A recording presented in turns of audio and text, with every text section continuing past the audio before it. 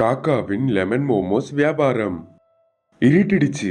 வீட்டின் கட்டில் மேல உட்காந்து காசை எண்ணிட்டு இருக்கிற புருஷன் ஆகாஷ் காக்காவோட பறந்து வந்தது மனைவி மாலினி குருவி. மாலினி, பசங்க தூங்கிட்டாங்களா? தூங்கிட்டாங்க. நான் திரும்பி திரும்பி கேட்குறேன்னு என் மேலே கோவப்படாதீங்க. இல்லை மாலினி, எனக்கு உன் மேலெல்லாம் எந்த ஒரு கோவமும் கிடையாது, வரவும் வராது. ஆமாம், நீ கேட்க போகிறது நம்மளுடைய பொண்ணு பற்றி தானே? அது கூட என்னால் புரிஞ்சுக்க முடியாதா மாலினி? ஐயோ, நீங்கள் புரிஞ்சுக்க மாட்டீங்கன்னு என்னுடைய கவலை கிடையாதுங்க. ஒரு தாயை நான் வருத்தப்படுறதை விட பல மடங்கு ஒரு அப்பாவா நீங்கள் எவ்வளோ வருத்தப்படுறீங்க. அது என்னால் புரிஞ்சுக்க முடியாதுன்னு நினைக்கிறீங்களா? நான் உன்னை, நீ என்ன, இந்த விதமாக ரெண்டு பேரும் புரிஞ்சுக்கிறதுனால நமக்கு வந்த பிரச்சனை ஒன்றும் தீர போகிறது கிடையாதுல்ல மாலினி? நீங்கள் சொல்கிறதும் உண்மைதாங்க. ஆனால் நம்ம பண்ண வேண்டிய முயற்சி எல்லாம் பண்ணிட்டோம்ல. இனி கடவுள் மேலே தான் நம்ம பாரத்தை போடணும். அது மட்டும் இல்லாமல் தினமும் இந்த மோமோஸ் வியாபாரம் குறைஞ்சிக்கிட்டே வருது. அதனால் கையில் வரவு சுத்தமாக கம்மியாகிட்டே போகுது. இப்போ நம்ம என்ன பண்ணலாங்க? அப்படியே நம்மளுடைய மகளை விட்டுற முடியாதுல்ல. தயவு செஞ்சு அப்படியெல்லாம் பேசாத பாலனி. எப்படியாச்சும் நம்மளுடைய மகளை நம்ம காப்பாற்றிக்கலாம். அப்படி சொல்லி வருத்தப்பட்டுக்கிட்டே தன்னாண்ட இருந்த காசை அங்க இருக்கிற மாலினி கையில கொடுப்பான். அப்ப அந்த மாலினி குருவி காசை வாங்கிக்கிட்டு அங்க இருந்து கிளம்பி போயிடும். ஆனா அங்க ஆகாஷ் காக்கா வருத்தப்பட்டுக்கிட்டே, வட்டி வியாபாரம் பண்ணுற சுரேஷ் கலகாண்ட போகணும். இந்த வட்டியோட ரேட்டெல்லாம் எவ்வளோ ஏறி இருக்குன்னு ஒரு வாட்டி கேட்டு தெரிஞ்சுக்கணும். அந்த விதமா நினைச்சிட்டு இருப்பான். மறுநாள் அதிகாலையில அந்த ஆகாஷ் காக்கா சுரேஷ் கல்காண்ட வந்திருக்கும். என்னடா ஆகாஷ் காக்கா, வழி தவறி இந்த பக்கம் வந்திருக்கியா? வேற எந்த வழியும் இல்லாமல் வந்திருக்கேன். சோ உனக்கு வேற எந்த ஒரு வழி கிடைக்காம என்னோட வீட்டு வழி மட்டும்தான் இருந்துச்சு போல. சரி, உன்னை காப்பாத்த போறது நான் தான் நினைக்கிறேன். எவ்வளவு வேணும் உனக்கு? 2 லட்சம் ரூபாய். ஆமா, அவ்வளோ பெரிய அமௌண்ட்டுக்கு என்னத்தை நீ அடமானம் வைக்க போற? அடகு வைக்கிறதுக்கு என்னாண்ட என்ன இருக்கு?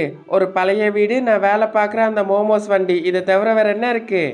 அந்த ரெண்டுத்தையும் அடமானம் வச்சுக்கிட்டு அவ்வளோ காசு தர முடியாது. வேணும்னா அது ரெண்டுத்துக்கும் நான் 1 லட்சம் ரூபாய் தரேன். இல்லை, முடியாது.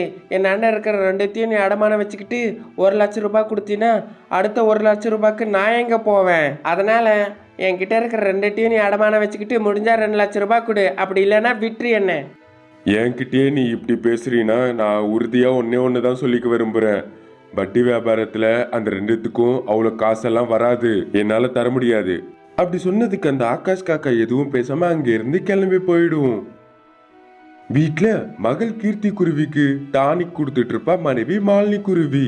ஆமா ஆமா, இந்த டானிக் ரொம்பவே கசப்பா இருக்குமா, என்னால சுத்தமா குடிக்க முடியல. அப்படி சொன்னா எப்படிடா கண்ணு? உனக்கு வந்த நோய் குணமடையணும்னா இந்த டானிக்கை 3 வேளைக்கும் குடிக்கணும் நீ. அப்பதானே உனக்கு வந்த நோய் குணமடையும். அதன் பிறகு உன்னுடைய ஃப்ரெண்ட்ஸ் கூட ஜாலியா விளையாடலாம் நீ. அப்படி சொன்ன உடனே அந்த கீர்த்தி குருவி அந்த கசப்பான டானிக்க ரொம்பவே சந்தோஷமா குடிக்கும். இதே நேரத்துல அந்த ஆகாஷ் காக்கா அவங்களாண்ட வந்திருக்கும். அப்பா, நான் கசப்பான டானிக்கையே குடிச்சிட்டேன் பாருங்க. வெரி குட்டா தங்கம், என்னுடைய மகள்னா இப்படி தான் இருக்கணும். சரிங்கப்பா, நான் போய் கொஞ்ச நேரம் விளையாண்டுட்டு வந்துடுறேன். சரிடா பட்டு, போய் நல்லபடியாக விளையாடி. ஏதாச்சும் பிரச்சனையாக இருந்ததுன்னா திரும்ப வீட்டுக்கே வந்துரு. அப்படி சொன்ன உடனே மகள் கீர்த்தி குருவி அங்கிருந்து விளையாட கிளம்பி போயிடுச்சு. என்னங்க, நீங்க போன வேலை என்ன ஆச்சு?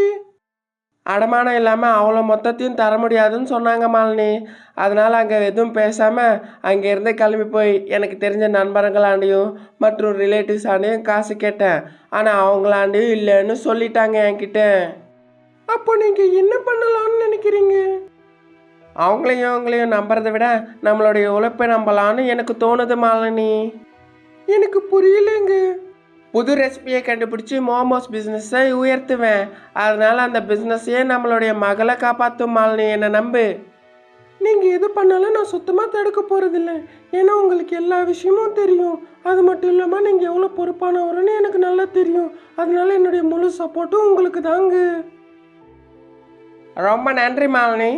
அந்த விதமா சொல்லிட்டு மறுநாள் இருந்து ஒரு இடத்துல லெமன் மோமோஸ் என்ற தள்ளு வண்டியை ஆரம்பிக்கும் ஆகாஷ் காக்கா. வெரைட்டி ஃபுட்னா யாருக்கு பிடிக்காதுன்னு சொல்லுங்க. அதனால எல்லா பறவைகளும் ஆகாஷ் காக்கா தயார் செய்யற அந்த லெமன் மோமோஸை சாப்பிட கிளம்பி வந்தாங்க. அதை சாப்பிட்டு ரொம்ப டேஸ்டா இருக்குன்னு சொல்லி அவங்களுக்கு காசு கொடுத்து அங்க இருந்து அவங்க எல்லாரும் கிளம்பி போக ஆரம்பிச்சாங்க. அந்த காசையும் அந்த காக்கா செலவழிக்காம தன்னுடைய மகள் கீர்த்திக்காக சேர்த்து வச்சது. அப்படி சில நாட்களுக்கு பிறகு கையில இருந்த 2 லட்சம் ரூபாவை எடுத்துக்கிட்டு தன்னுடைய மகளை அழைச்சிக்கிட்டு ஹாஸ்பிட்டலுக்கு போனாங்க. கவலைப்பட வேண்டிய பிரச்சனை ஒன்றும் கிடையாது. உங்களுடைய பொண்ணுக்கு ஆப்ரேஷன் சக்ஸஸ் ஆகும். திரும்பி அவ நார்மல் ஆயிடுவா. அந்த வார்த்தையை கேட்ட உடனே ஆகாஷ் காக்காவோட சந்தோஷம் எந்த அளவுக்கு இருந்ததுன்னா உடனடியாக, மாலினி, இத்தனை நாள் கழிச்சு என்னோட இதயம் ரொம்பவே நிம்மதியாக ஃபீல் பண்ணுது. இத்தனை காலமாக நம்ம பட்ட டென்ஷன் தீந்துருச்சு. நம்மளுடைய உழைப்பு வீணாகலை. கடவுள் இருக்காரு. ஏதோ ஒரு ரூபத்துல நம்மளாண்ட வந்து உதவி பண்றாரு. எந்த ஒரு கஷ்டத்துல இருந்தாலும் நம்மளை கைவிட மாட்டாரு. அந்த விதமா சொன்ன உடனே அந்த ஆகாஷ் காக்காவுக்கும் உண்மைன்னு தோணுச்சு. இனி அன்னில இருந்து அந்த லெமன் மோமோஸ் வித்துக்கிட்டு அதுல இருந்து வர்ற வருமானத்தை வச்சு தன்னுடைய குடும்பத்தை நல்லபடியா பாத்துக்கு. தீனி பண்டாரங்களான தாய் மற்றும் மகள். தீனி பண்டாரங்கள் என்ற பட்ட பெயர் வாங்கின ராதா மற்றும் மீனா தங்களுடைய வீட்டுக்கு வெளியில நின்னு தங்களுடைய பசிய பத்தி பேசிட்டு இருந்தாங்க. வீட்டுல உங்களை சமைக்க சொன்னா நீங்க சமைக்கவே இல்லை. இப்ப எனக்கு பயங்கரமா பசிக்குது மம்மி. கொஞ்சம் பொறுத்து கூட செல்லும். இன்னும் கொஞ்ச நேரத்துல நமக்கு மாலதி காக்கா கிட்ட இருந்து அவளுடைய வீட்டுக்கு உணவு சாப்பிட வர சொல்லி ஒரு செய்தி வரும். அப்போ நம்ம 2 பேரும் போய் அங்க தேவையான அளவுக்கு எல்லாமே சாப்பிட்டு முடிக்கலாம். இதே விஷயத்த நான் காலையில எஞ்சதுல இருந்து சொல்றேன் மம்மி. நீ அந்த மாலதி ஆண்டி இன்னும் நம்ம வீட்டுக்கு வரவே இல்லை. மற்றவங்க வீட்டுல சாப்பிட நம்மள கூப்பிடவே இல்லை. ஆனா எனக்கு மட்டும் பயங்கரமா பசிக்குது மம்மி. இன்னும் ஒரு 10 நிமிஷம் நம்ம பொறுத்திருந்து பார்க்கலாம்டா. அதுக்கப்புறம் அவ கூப்பிடலன்னா நம்மளே அவளுடைய வீட்டுக்கு போகலாம். அந்த விதமா அந்த மகள் மீனாக்கு புரிய வச்சது அந்த தாய் குருவியான ராதா. சரியா அதே நேரத்துல காக்கா மாலதி ரொம்பவே சந்தோஷத்தோட ராதா குருவியோட வீட்டை நோக்கி பறந்து போயிட்டு இருக்கும்போது வழியில கீர்த்தி கிளிய சந்திக்கும். அட எங்கடி அவ்வளவு வேகமா போயிட்டு இருக்க? அட இன்னும் வேற எங்க, நம்மளுடைய ராதா குருவியாண்டா தான் நான் போயிட்டு இருக்கேன். என்னுடைய மகள் ஃபங்க்ஷன் நடத்திட்டு இருக்கேன்ல, அவளை வர சொல்லி கூப்பிட போயிட்டு இருக்கேன். அட உனக்கு என்ன மூளைகளை குழம்பிடுச்சா? அட என்ன ஆச்சுடி, ஒரே வார்த்தையில திடீர்னு புசுக்கு அசிங்கப்படுத்திட்டேன். உன்னுடைய மகளுக்கு நடத்த போற ஃபங்க்ஷன் நினைச்சு சந்தோஷத்துல அந்த தாய் மற்றும் மகள் சரியான தீனி பண்டாரங்கள்னு நீ மறந்து போயிட்டேன்னு நினைக்கிறேன். அந்த விதமா அந்த கீர்த்தி கிளி சொன்ன உடனே அந்த காக்கா மாலத்திக்கு அந்த தாய் மற்றும் மகளோட தீனி பண்டாரத்தை பத்தி ஞாபகம் வந்தது. அப்ப திடீர்னு அந்த காக்காக்கு பயம் வந்துருச்சு. ஐயா கடவுளே, நீ என்னை வழியில சந்திச்சதுனால நல்லாதான் போச்சு. நான் மறந்து போய் அந்த 2 பேரையும் கூப்பிட்டு இருந்தா என்னுடைய மகள் ஃபங்க்ஷன் அன்னைக்கு பெரிய தப்பு பண்ணிருப்பேனா. அதான் இப்போ தெரிஞ்சிருச்சு இல்ல. அந்த தீனி பண்டாரங்களான தாய் மற்றும் மகளாண்ட போக தேவையில்லை. நீ வீட்டுக்கு கிளம்பு, வா போலாம். மற்றும் உன்னுடைய மகளாண்டே இரு நீ. அந்த விதமா புரிய வச்சு அங்கிருந்து அந்த காக்கா மாலத்தியை அழைச்சிக்கிட்டு அந்த கீர்த்தி கிளி புறப்பட்டது. காக்கா மாலத்தியோட அழைப்புக்காக வீட்டுக்கு வெளியில காத்திட்டு இருந்த அந்த தீனி பண்டாரங்களான தாய் மற்றும் மகளுக்கு பயங்கரமா பசிச்சிட்டு இருக்கு. மற்றும் அவங்க 2 பேரும் கோவத்தோட, இது பாருடா கண்ணு, அந்த காக்கா மாலத்தியோட கண்ணில் படாம எங்க சமைக்கிறாங்கன்னு தெரிஞ்சுக்கிட்டு நம்ம அமைதியா போய் சாப்பிட்டு வந்துடலாம். இந்த ஒரு வார்த்தைக்காக தான் நான் அவ்வளோ நேரமா காத்திருக்கேன் அம்மா. அப்படி சொன்ன உடனே அந்த தாய் மற்றும் மகள் குருவிகள் ரொம்பவே சந்தோஷத்தோட தங்களுடைய வீட்டுல இருந்து கிளம்பி காக்கா மாலத்தியோட வீட்டு பின்னாடி சமைச்சிட்டு இருக்கிற ஏரியாவுக்கு கிளம்பி வருவாங்க. அந்த சமையல் ஏரியால நின்னுட்டு இருந்த வேலைக்காரி பத்மா கொக்கு அங்க இருக்கிற எல்லா பொருட்களையும் அடுக்கி வைப்பா. அந்த இடத்துக்கு பறந்து வந்திருந்த அந்த தாய் மற்றும் மகள் குருவிகளுக்கு 2 பெரிய டபரா செட்டுகள் தென்படும். அது பார்த்த உடனே சந்தோஷப்படுவாங்க. மம்மி, அங்க இருக்கிற டபரா அண்டா செட்களை பாத்தியா? ஒரு இதுல சாதம், இன்னொரு இதுல சிக்கன் கறி, இன்னொரு இதுல மட்டன் கறி இருக்கு போல மம்மி. அப்படி சொன்ன உடனே ராதா குருவி வாயிலிருந்து எச்ச ஊறிக்கிட்டே இருக்கும். அதே சமயத்துல வேலைக்காரியான கொக்கு அவங்களாண்ட நடந்து வந்தது. சொல்லுங்க மேடம், என்ன வேணும்? யார் நீங்க? எதுக்காக இங்க வந்திருக்கீங்க சொல்லுங்க. இத பாருமா, சமையல் எல்லாம் பண்ணி முடிச்சாச்சு தானே? பண்ணி முடிச்சிட்டேன் மேடம். ஆமா, நீங்க யாருன்னு சொல்லவே இல்லை. நான் இந்த ஃபங்க்ஷனுக்கு வந்த ஒரு பெரிய கெஸ்ட்டு. இவன் என்னுடைய மக. இந்த மாதிரி ஃபங்க்ஷன்ஸில் என்ன மாதிரி பெரிய கெஸ்ட்டுங்களுக்கு தான் ஃபஸ்ட்டு உணவு வைப்பாங்க.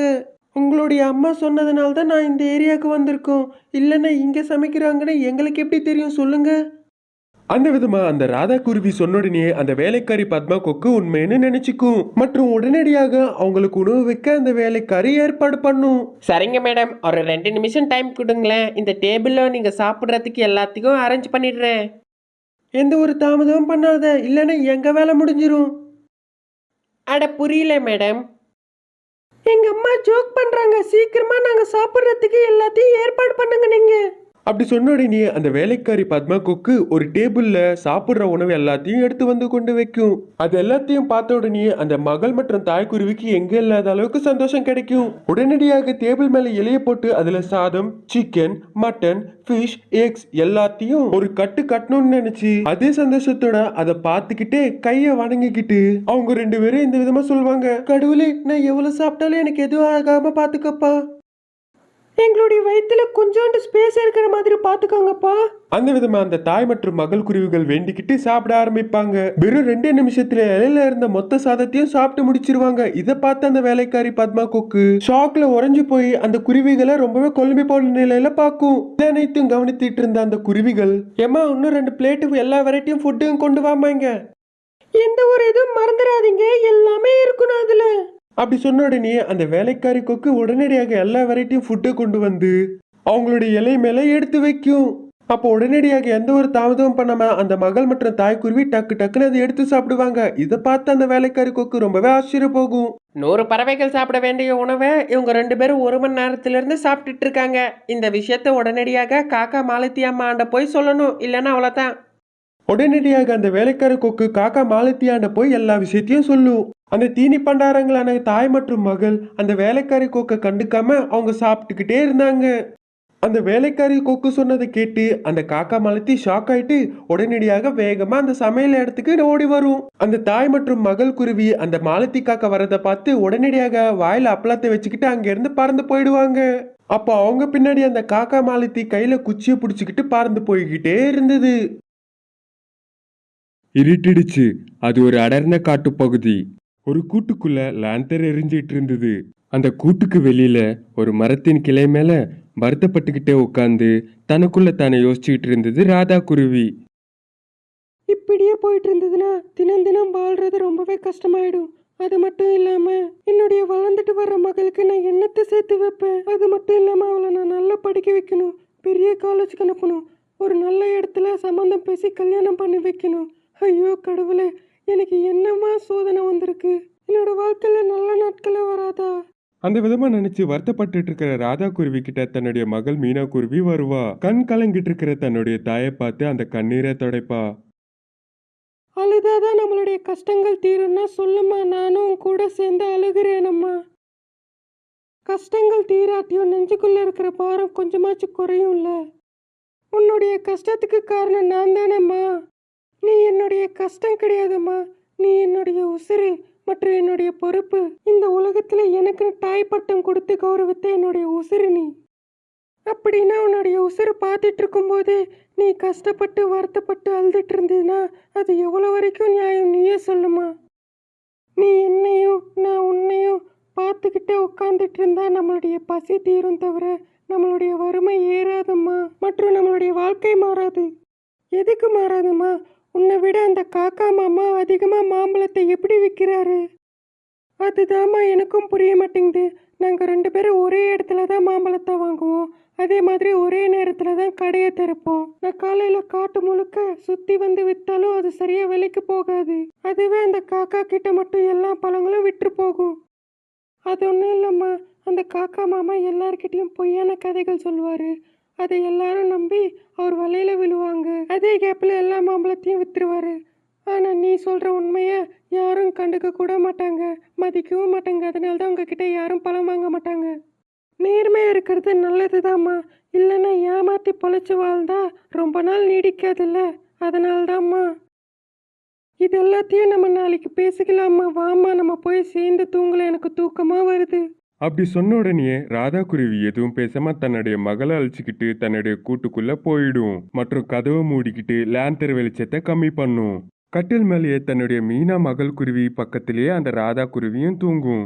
அன்னைக்குன்னு பார்த்து நடுராத்திரியில திடீர்னு மீனா குருவிக்கு முழிப்பு வரும். உடனடியாக ஏஞ்சி ஒரு ஜன்னல் பக்கத்துல நின்று வேடிக்கை பார்த்துட்டு இருக்கும். அப்போ ஒரு காக்கா தன்னுடைய கால்களால இன்ஜெக்ஷன் எடுத்துட்டு போறத பார்க்கும். அடா இது என்ன, காக்கா மாமா திடீர்னு ஒரு சிவப்பு கலர் இன்ஜெக்ஷனை எடுத்துக்கிட்டு எங்கள் கூட்டு பக்கத்துல இருந்து போறாரு. இப்போ நான் ஜன்னலை சாத்திரட்டுமா வேணாமா? அந்த விதமா யோசிச்சுக்கிட்டு அந்த காக்காவையே பார்த்துட்டு இருக்கும். அதே நேரத்துல அந்த காக்கா சிவப்பு கலர் இன்ஜெக்ஷனை பார்த்து சந்தோஷப்பட்டுக்கிட்டு, என்னுடைய வெற்றிக்கான ரகசியம் இந்த சிவப்பு இன்ஜெக்ஷன் தானே. என்னுடைய தங்கச்சிக்கு மட்டும் இல்லாமல் யாருக்குமே இந்த ரகசியம் தெரியாது. இந்த ரகசியத்தை யாருக்கும் நான் தெரிய விட மாட்டேன். அப்படி என்னோட குருவி தங்கச்சி தெரிஞ்சுக்கணும்னு ஆசைப்பட்டதுன்னா அவளை கொல்றதுக்கும் நான் தயங்க மாட்டேன். அப்படி அந்த காக்கா மனசுக்குள்ள நினைச்சுக்கிட்டே அந்த குருவியோட கூட்டை நோக்கி பறந்து போயிட்டு இருந்தது. ஜன்னல்ல பார்த்துட்டு இருந்த மீனா குருவி குழப்பத்துல, இல்லை, நான் ஜன்னலை சாத்த மாட்டேன்.